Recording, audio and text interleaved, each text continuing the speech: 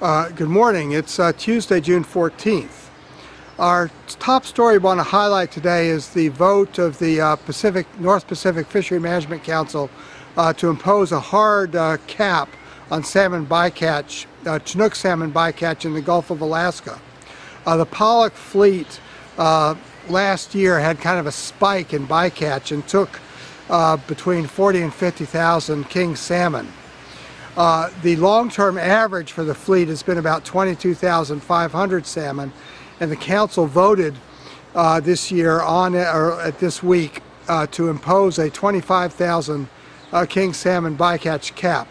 If that is exceeded, the fishery will be closed. This is not something the pollock industry is opposed to at all. In fact, they are very interested in managing bycatch and having as clean a fishery as possible. However, the council has kind of hamstrung the industry by rejecting a few years ago a proposal for a rationalization of the pollock fleet in the Gulf of Alaska. So what they've done today is they've imposed a hard cap that has the potential to shut down the fishery if it's reached, but they've refused so far to give the fleet any of the tools that are used normally to manage bycatch and avoid shutdowns. So it's kind of a catch-22 situation. The majority of the council recognized this and voted to increase the cap slightly from the amount proposed in their preferred alternative.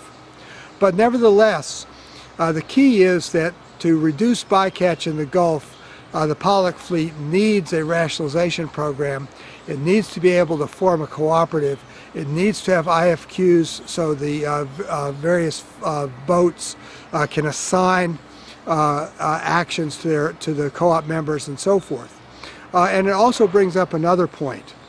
Salmon bycatch is an issue not just in the pollock fleet in Alaska, it's a big issue in the pollock fleet in Russia. And the Alaskan pollock fleet, both the Bering Sea and the Gulf, have now gone through considerable pain to reduce and monitor salmon bycatch. And the Russian pollock fishery, which is on the path to certification by the MSC, has not demonstrated clear enough steps to control salmon bycatch on its own. It would be a travesty for the MSC to go ahead and approve a Russian pollock fishery with a certified label while not addressing the salmon bycatch issue in Russia and imposing a uniform standard for salmon bycatch reporting across the North Pacific. In Lexington, Mass., this is John Sackton.